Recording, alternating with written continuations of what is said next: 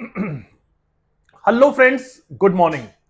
हम chapter 2 complete कर चुके हैं पॉलिनोमियल्स का, और आपको होपफुली सब कुछ समझ में आ गया होगा, क्योंकि अब हम बढ़ रहे हैं सेकंड चैप्टर पर, जो है pair of linear equations in two variables. ये बहुत ही एक क्रिटिकल और इंपॉर्टेंट चैप्टर है, और मैं आपको बताना चाहता हूं कि ये पर्टिकुलर चैप्टर सिर्फ आपको 10th पर्सपेक्टिव से ही इंपॉर्टेंट नहीं है। आपको 11th 12th और उसके बाद अगर आप इंजीनियरिंग या फिर मैथ्स कंटिन्यू करते हैं तो भी ये चैप्टर, ये कॉन्सेप्ट आपके लिए बहुत हेल्पफुल होंगे।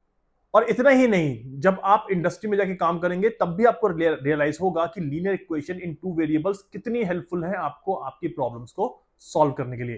तो आइए स्टार्ट करते हैं एक बहुत ही इंपॉर्टेंट और critical chapter with basic concepts. समझते हैं कि ये linear equation in two variables है क्या और इसको हम कैसे सॉल्व करते हैं। लेकिन उससे पहले हम लेते हैं एक छोटा सा एग्जांपल, जिससे कि आपको ये कॉन्सेप्ट समझ में आ जाए कि हम किस बारे में बात कर रहे हैं। रीना अपने पेरेंट्स के साथ एक मॉल में आई है, जहां पे कि उसको दो गेम्स दिखाई दिए हैं, स्विंग और बलून शूटिंग। अब रीना इन दोनों गेम्स को एक्सप्लोर करना चाहती है और उसके पास है 400 रुपीज। लेकिन रीना देखती है कि स्विंग के एक राउंड का प्राइस है 40 रुपीज, जबकि बलून शूटिंग के एक राउंड का प्राइस है 50 रुपीज। और रीना टोटल राउंड लेती है 9 और उसके पास है टोटल 400 रुपीज। एक बार दोबारा मैं एक्सप्लेन कर देता हूं। रीना दो गेम्स खेलना चाहती है मॉल में, स्विंग और बलून शूटिंग। बलून शूटिंग के एक राउंड की जो कॉस्ट है वो है 50 रुपीज, जबकि स्विंग के एक राउंड की कॉस्ट है 40 रुपीज। उसके पास टोटल 400 रुपीज है और नंबर ऑफ टोटल राउंड्स जो वो लेती है वो है 9। अब उसके पेरेंट्स को यह जानना है कि उसने कितने स्विंग्स किए और कितने बलून्स की शूटिंग की। तो ये प्रॉब्लम अगर हमको सॉल्व करनी है तो हम बहुत ही इजीली इसको सॉल्व कर सकते हैं linear equation in two variable से। लेकिन इससे पहले जानते हैं कि linear equation in two variables है क्या, और वापस आएंगे हम इस क्वेश्चन पर।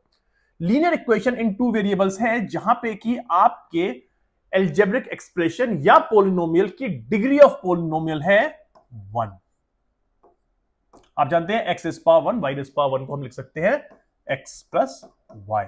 तो यानी कि जब भी आप डिग्री ऑफ पोलिनोमियल देखेंगे 1, तो यानी कि वो हो जाएगा लीनियर इक्वेशन या फिर लीनियर वेरिएबल।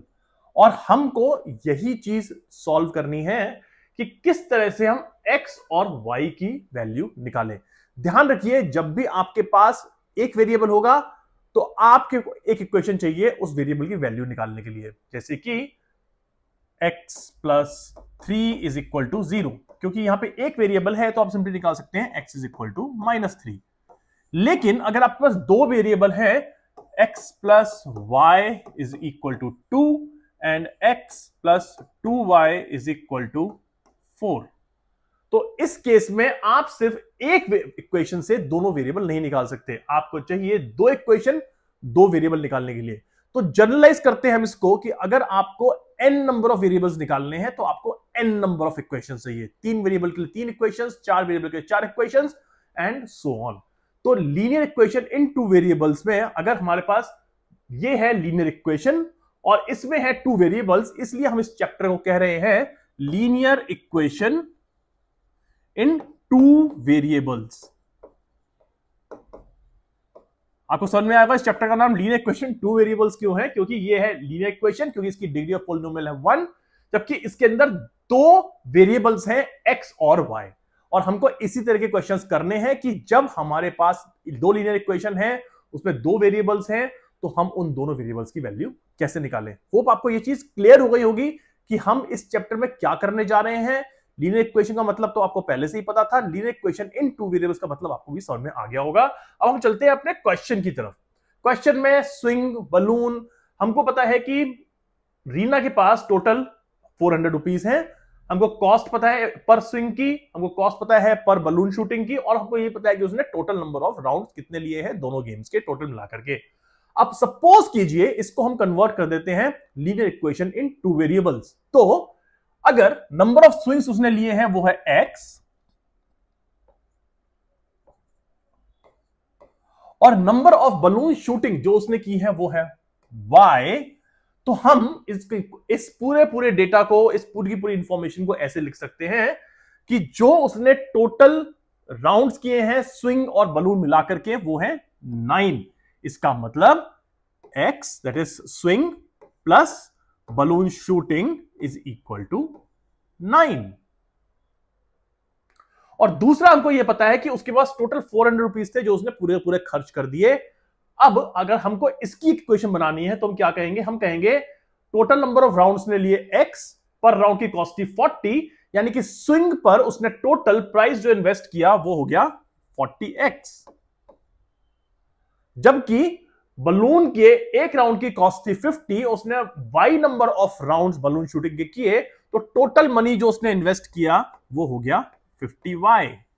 और क्योंकि हमको पता है कि उसने टोटल 400 रुपीज एक्सपेंड किए हैं इन दोनों एक्टिविटीज पर, तो अगर हम इन दोनों को ऐड कर दें तो ये इक्वल है 400 के। ध्यान से देखिए इन दोनों इक्वेशन को और आपको समझ में आएगा मैं क्या कहना चाह रहा हूं।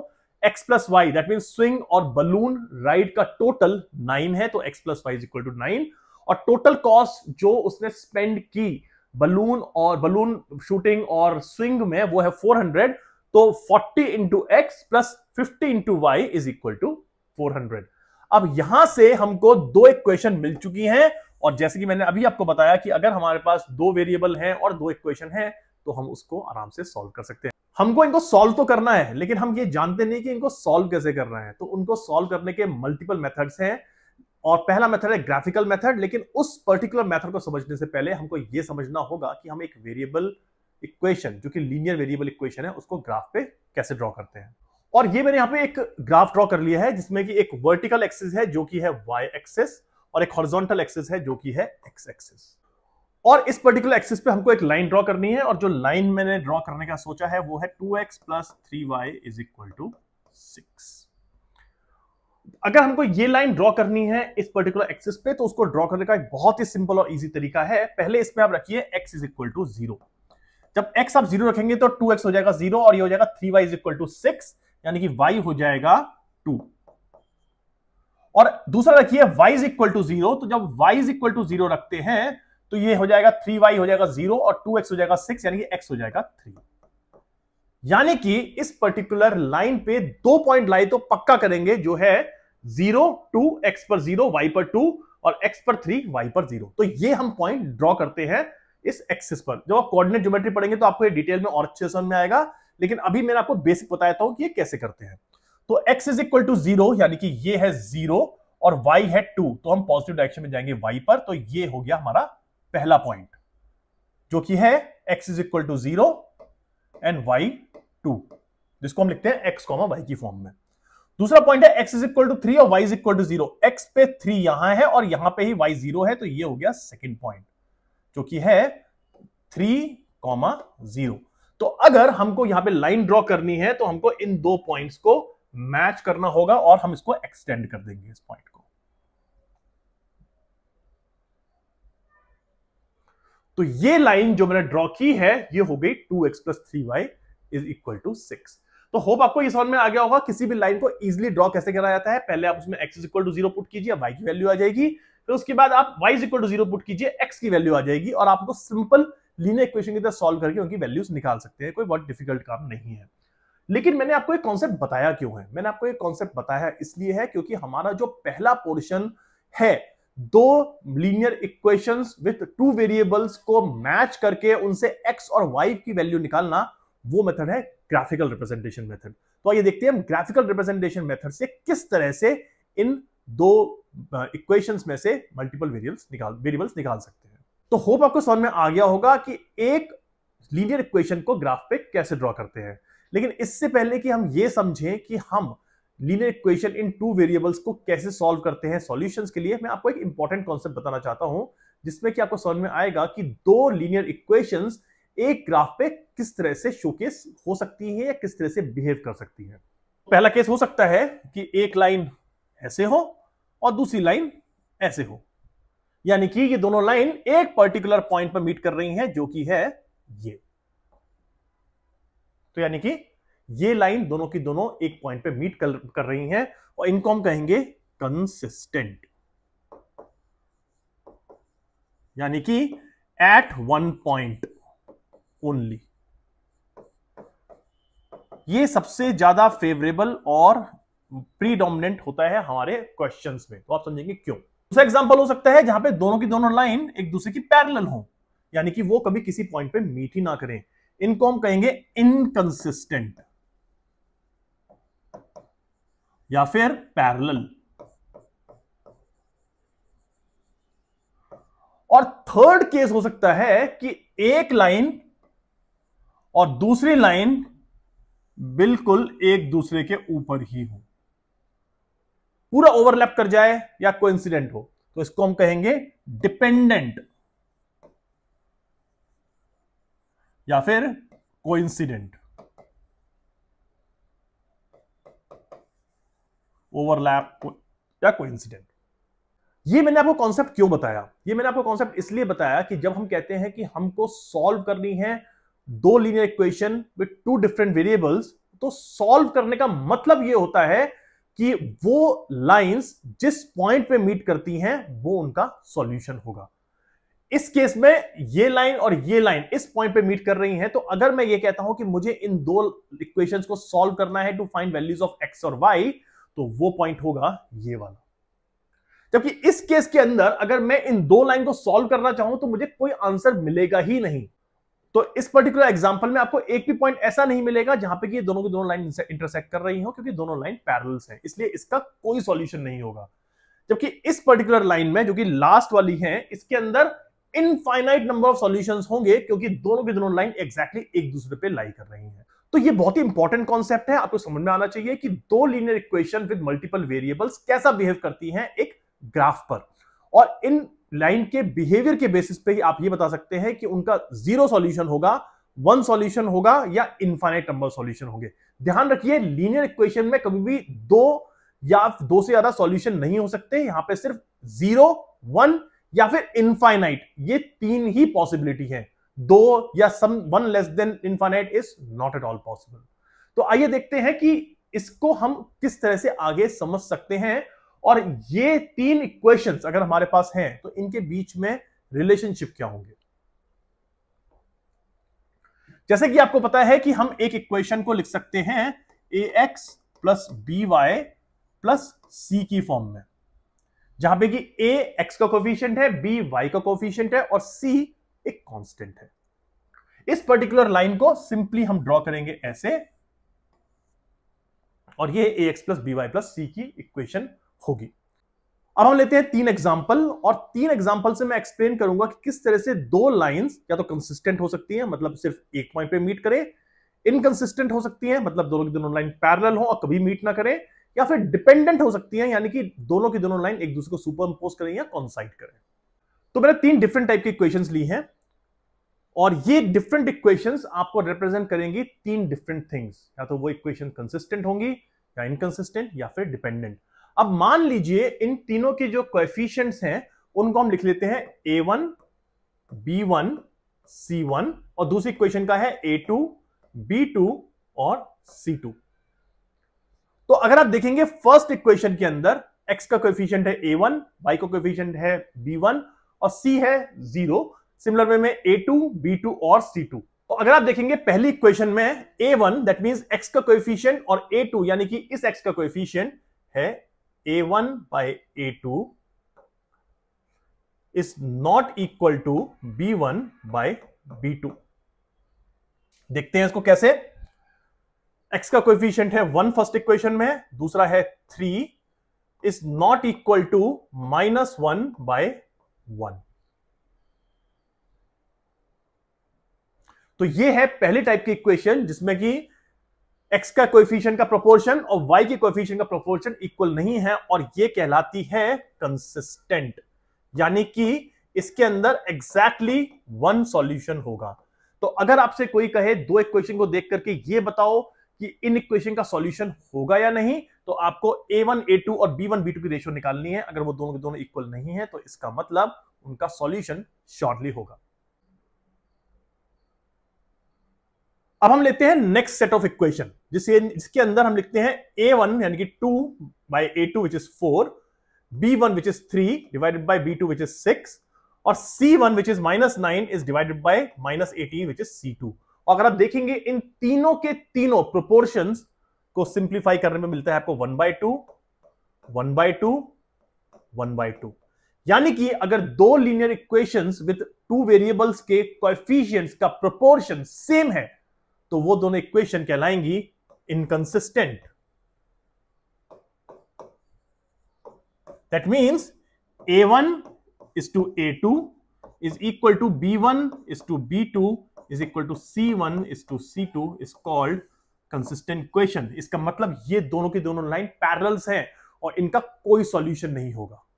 तो होप आपको पहले वाला कंसिस्टेंट, दूसरा वाला इनकंसिस्टेंट दोनों के दोनों समझ में आ गए होंगे। चिंता मत कीजिए, मैं इसको समराइज करूंगा दोबारा से नेक्स्ट पेज पर। आपको मैं अभी समझा रहा हूं इन इक्वेशन के एग्जांपल से। तो थर्ड इक्वेशन है, उसके अंदर अगर हम ले A1 which is 1 divided by 2, B1 is 2 divided by 4 और C1 C2 का रेशियो है -4 by -12। अब आप देखिए इसका रेशियो हो गया 1/2 विच इज इक्वल टू इसका ratio 1/2, but it is not equal to ratio of this जो है 1/3। तो ये इक्वेशन कहलाएंगी डिपेंडेंट, जिसके अंदर एक लाइन दूसरी लाइन के बिल्कुल ऊपर है, कोइंसाइड करती है, ओवरलैप करती है। तो ये सिचुएशन है A1/A2 is equal to B1/B2 but not equal to C1/C2। तो ये आपको तीनों की तीनों कंडीशन समझ में आ गई होंगी और आपको ये भी समझ में आ गया होगा कि अगर आपको दो इक्वेशन दे रखी हैं इन टू वेरिएबल्स तो उनको देख करके ही आप कैसे बता सकते हैं कि इनका कोई सॉल्यूशन होगा या नहीं। मैं इसको फिर से समराइज कर देता हूं जिससे कि आपको इजी हो जाए अंडरस्टैंड करना। इक्वेशन कंसिस्टेंट यानी कि वन सॉल्यूशन ओनली, उस केस के अंदर A1/A2 is not equal to B1/B2। यह है फर्स्ट केस। सेकंड केस है इनकंसिस्टेंट, जिसके अंदर नो सॉल्यूशन है, यानी कि दोनों के दोनों लाइंस पैरेलल हैं।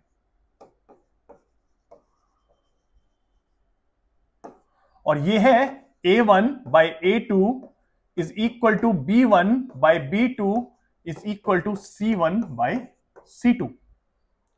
और थर्ड है जिसको हम कहते हैं डिपेंडेंट,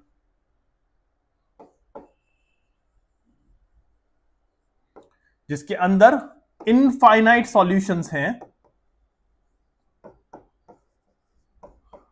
और ये हो जाएंगे कोइंसिडेंट,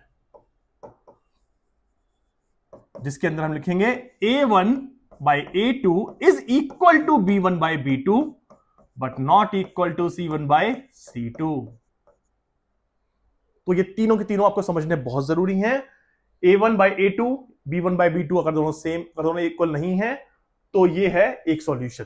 तीनों के तीनों इक्वल हैं तो नो सॉल्यूशन, और सिर्फ A1/A2, B1/B2 इक्वल है और C1/C2 इक्वल नहीं है तो है इनफाइनाइट सॉल्यूशंस। आपको अगर ये समझ में आ गया होगा तो बहुत बड़ी चीज आपको समझ में आ गई है, क्योंकि आप इन केसेस में इक्वेशन को देख करके ही बता देंगे कि आपकी इक्वेशन के सॉल्यूशन होंगे, नहीं होंगे या कितने होंगे। तो होप आपको ये चीज समझ में आई होगी। मुझे पता है चैप्टर थोड़ा लंबा होता जा रहा है, लेकिन मैं कोशिश कर रहा हूं आपको फटाफट करने की। तो हम सिर्फ 3 क्वेश्चन लेंगे जो कि सॉल्व क्वेश्चन है, आपको समझ में आ जाएगा उससे इन पर्टिकुलर एग्जांपल्स के एप्लीकेशन। तो हम पहला क्वेश्चन सॉल्व करते हैं आपकी एनसीईआरटी बुक का, जिसके अंदर वो ये कह रहा है कि आपको दो इक्वेशन दे रखी है, x + 3y = 6 और 2x - 3y = 12। इनको आप ग्राफ पे ड्रॉ कीजिए और बताइए कि इनका सॉल्यूशन एग्जिस्ट करता है या नहीं। तो आप पहले तो इनको ऐसे ही निकाल सकते हैं, A1/A2, B1/B2 और C1/C2 की फॉर्म में। आप देखिए A1 है इसके अंदर 1 और B और A2 है 2, यानी कि इसको हम लिख सकते हैं 1/2। B1 है 3 और B2 है -3, तो इसको लिखेंगे 3 - 3। और आप देखेंगे कि A1/2 is not equal to -1, यानी कि इसका एक सॉल्यूशन होगा। तो हमने ये पता लगा लिया है कि इसका एक सॉल्यूशन है, इसलिए हम इसको अब सॉल्व करेंगे। तो सॉल्व करने के लिए जैसे मैं आपको बताया था कि पहले आपको पहली इक्वेशन में y की वैल्यू 0 रखनी है और x की वैल्यू निकालनी है, फिर x की वैल्यू 0 रखनी है और y की वैल्यू निकालनी है।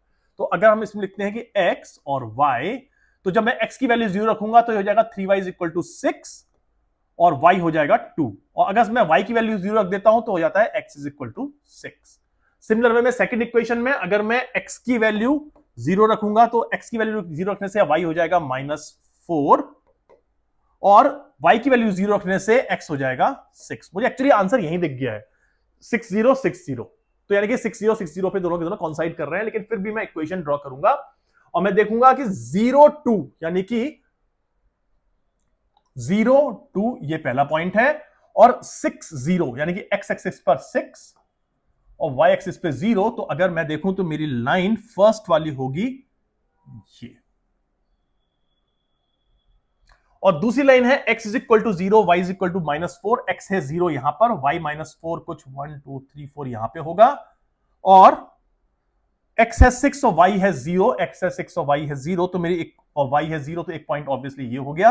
अब मैं इस पॉइंट और इस पॉइंट को ज्वाइन करूंगा तो मेरी इक्वेशन बनेगी, मेरी लाइन बनेगी कुछ इस तरह की।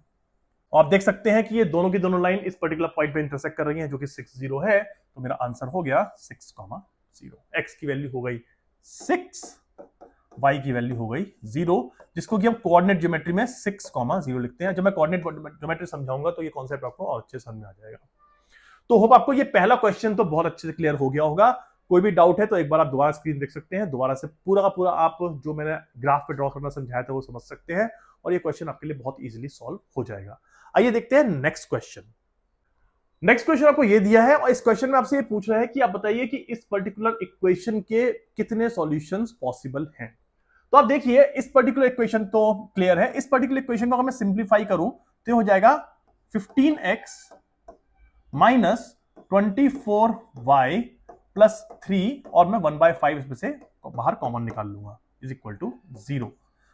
ये ऊपर जाके 0 हो जाएगा, ये हो जाएगा 15x minus 24y plus 3 is equal to 0। और इस पूरी इक्वेशन में देखेंगे 3 एक कॉमन फैक्टर है तो मैं 3 कॉमन निकाल करके इसको लिख देता हूं 5x minus 8y plus 1 is equal to 0। अब आप इस इक्वेशन को और इस इक्वेशन को मैप कीजिए और आप देखेंगे कि 3 के अलावा ये इक्वेशन बिल्कुल सेम है और ये 3 तो यहां 0 में चला जाएगा इसलिए वैसे 0 हो जाएगा। तो ये इक्वेशन हो जाएगी 5x minus 8y plus 1 is equal to 0, जो कि एग्जैक्टली सेम इक्वेशन है। तो अगर ये सेम इक्वेशन है तो दोनों के दोनों एक दूसरे के ऊपर सुपर इंपोज करेंगे यानी कि कोइंसिडेंट होंगी, इसलिए इनके इन सॉल्यूशन होंगे इनफाइनाइट सॉल्यूशन। इसको हमको ग्राफ पे ड्रॉ करने की जरूरत भी नहीं है। ग्राफ पे ड्रॉ करने की जरूरत इसलिए नहीं है क्योंकि हमको पता है कि दोनों के दोनों इक्वेशन एग्जैक्टली सेम है। हम ड्रॉ करके करेंगे क्या इसको ग्राफ पर, ये हमको यहां पे ही दिख रहा है। तो होप आपको ये क्वेश्चन भी समझ में अच्छे से आ गया होगा। बढ़ते हैं नेक्स्ट क्वेश्चन की तरफ जो है एक इंटरेस्टिंग क्वेश्चन है, वर्ड प्रॉब्लम। तो थर्ड क्वेश्चन जो कि एनसीईआरटी बुक में सॉल्व दे रखा है उसको हम करते हैं और समझते हैं कि वो क्वेश्चन क्या है। थोड़ा लंबा क्वेश्चन है लेकिन बहुत ही आसान क्वेश्चन है, आप समझ के चलिए ये चीज। Champa went to a sale to purchase some pants and skirts. When her friends asked her how many of each she has bought, she answered the number of skirt is 2 less than twice the number of pants purchased. आपको इस line पे focus करना है जो कि है आपकी पहली इक्वेशन बनेगी। और दूसरा है also the number of skirts is 4 less than 4 times the number of pants purchased, और ये आपकी दूसरी इक्वेशन बनेगी। और हमको ये इक्वेशन बनानी कैसे है अब ये देखते हैं। तो help her friend to find how many pants and skirts Champa bought. तो थैंकफुली उसका फ्रेंड काफी इंटेलिजेंट था, उसको लीनियर इक्वेशन 2 वेरिएबल्स आता था, इसलिए उन्होंने फटाक से क्वेश्चन सॉल्व कर लिया। तो देखते हैं कि इस पर्टिकुलर इक्वेशन को कैसे बनाना है इन दो स्टेटमेंट से। So the number of skirt is 2 less than twice the number of pants purchased. हमको स्कर्ट पता चल गई है कितनी है, लेकिन हमको यहां पे पैंट्स को एज्यूम करना पड़ेगा कुछ। तो फॉर एग्जांपल आपको लिखना पड़ेगा assume number of pants is equal to x। तो अगर नंबर ऑफ पैंट्स x है तो फर्स्ट इक्वेशन के हिसाब से the number of skirt is 2 less than twice the number of pants, यानी कि 2 less than twice the number of pants. Number of pants के ट्वाइस से 2 कम। तो यानी कि अगर मान लीजिए आपका स्कर्ट y है तो ये हो जाएगा इतना, पहली इक्वेशन। दूसरी equation also the number of skirt is 4 less than 4 times the number of pants purchase, यानी कि दूसरा इक्वेशन कह रहा है कि y है 4 less than 4 times the number of paints purchased, यानी कि 4x नंबर ऑफ पेंट्स से 4 टाइम्स से 4 कम। तो हमने पहली इक्वेशन के बेसिस पे, पहली लाइन के बेसिस पे और दूसरी लाइन के बेसिस पे दो इक्वेशन बना ली हैं। y is equal to 2x minus 2 and y is equal to 4x minus 4। आइए नेक्स्ट लाइन पे देखते हैं इसको। y is equal to 2x minus 2 and y is equal to 4x minus 4। Okay, अब हम इसको ड्रॉ करते हैं ग्राफ पर और देखते हैं कि इसका सॉल्यूशन बनता है या नहीं, या कैसे निकलेगा। हम इसको एक्चुअली a1 b1 और c1 वाले तरीके से भी देख सकते हैं कि सॉल्यूशन बनता है नहीं, लेकिन पहले हम इसको सीधे ग्राफ पे ड्रॉ करते हैं। मुझे पता है इनका सॉल्यूशन निकलेगा, इसलिए मैं आपको a1 b1 नहीं करने को दे रहा हूं, लेकिन आप एक्चुअली इसको कर सकते हैं। लेकिन हाँ, ध्यान रखिए a1 by a2, b1 by b2 और c1 by c2 करने से पहले आपको लिखना पड़ेगा इसको उस फॉर्म में जो कि है ax plus by plus c, यानी कि 2x minus 4 minus y minus 2 is equal to 0, y को इधर ले आएंगे, और 4x minus y minus 4 is equal to 0। आपको इस फॉर्म में लिखना ही है। और आप देख ही लेते हैं, a1 है 2, b1 है a1 है 2 और a2 है 4, तो ये जगह 2 by 4, और b1 है माइनस 1, b2 है माइनस 1, तो ये हो जाएगा माइनस 1 by माइनस 1, जो कि है 1 by 2, और ये है माइनस 1, दोनों के दोनों इक्वल नहीं है, यानी इनका एक सॉल्यूशन होगा ही होगा। तो आइए ड्रॉ करते हैं इन इक्वेशंस को। लेकिन इक्वेशंस को ड्रॉ करने से पहले हमको पहले इनका देखना पड़ेगा कि कौन कौन से पॉइंट्स हैं जो कि हमको ड्रॉ करने हैं। तो पहली इक्वेशन में हम देखते हैं कि x और y, जब x 0 है तो y है माइनस 2, और जब y 0 है तो x है 1। और सेकेंड इक्वेशन में x और y, जब x 0 है तो y है माइनस 4, और जब y 0 है तो x है 1। तो मुझे आप देखिए यहां पे दिख गया कि x और y की वैल्यू 1 और 0 पे दोनों के दोनों पॉइंट इंटरसेक्ट करेंगे। सिंपल समझ में मुझे आ गया है, लेकिन फिर भी मैं इसको एक्सेस पे ड्रॉ करता हूं। तो x इज इक्वल टू 0 और y is equal to minus 2 है फर्स्ट इक्वेशन का पॉइंट, ये है 0, माइनस 2 आएगा यहां पर, और x इज इक्वल टू 1 और 0, तो x 1 है और 0 यहां पर, यानी कि इक्वेशन पॉइंट आएगा यहां पर। तो अगर मैं इस लाइन को ड्रॉ करूं तो ये लाइन बनेगी कुछ इस तरह से। और सेकंड है 0 माइनस 4, यानी कि 0 और माइनस 4, ये पॉइंट यहां पर आ रहा है, और दूसरा है 1 0, जो कि ऑब्वियसली यहां पे ही आ रहा है। तो हम इसको अगर ड्रॉ करेंगे तो ये लाइन बनेगी कुछ इस तरह से।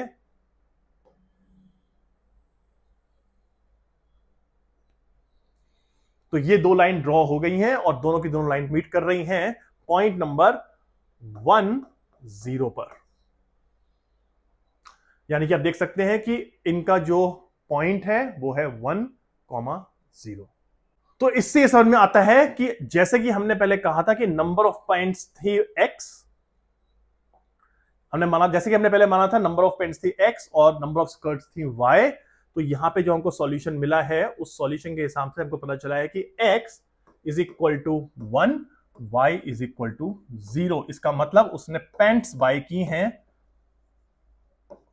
1 और स्कर्ट्स बाय की हैं 0।